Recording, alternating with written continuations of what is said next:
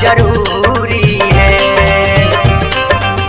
कैसे रहे पर्वत पे जानना जरूरी है।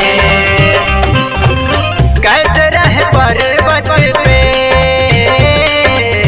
जानना जरूरी है।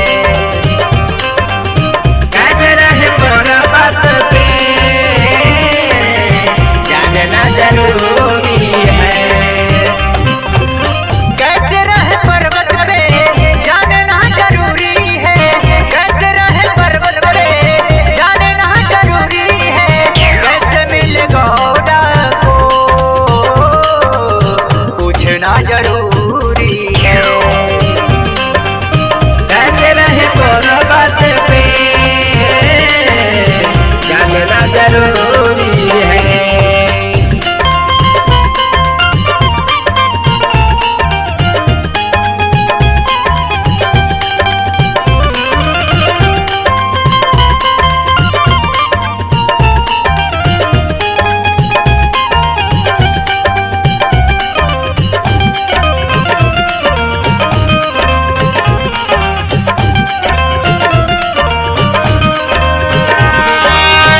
गौरा है राजकुमारी शिव जी है औघड़दानी गौरा है राजकुमारी शिव जी है औघड़दानी माथे पे चंदा है जटाओं में गंगा है।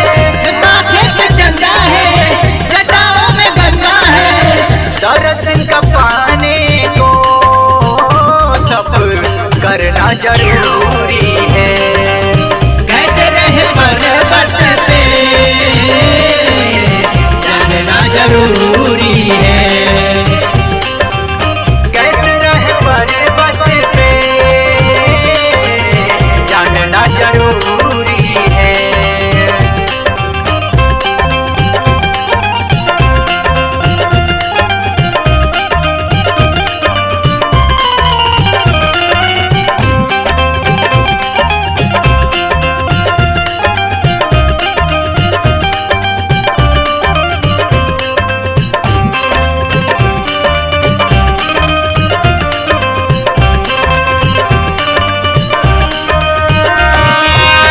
गौरा ने हटिए ठानी मेरे है औघड़दानी गौरा ने हटिए ठानी मेरे है औघड़दानी तब करना चाहूंगी मैं शिव को मनाऊंगी। तब करना चाहूंगी मैं शिव को मनाऊंगी। कैसी है ये शिव माया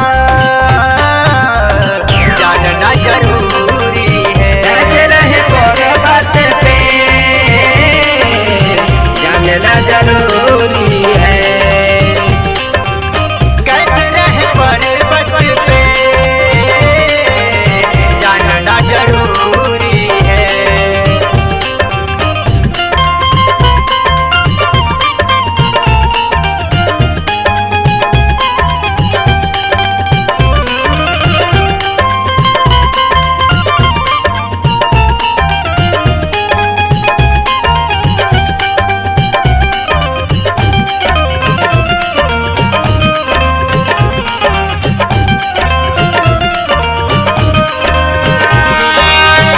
माँ ने मनाया शिव को संकट से पाया इनको।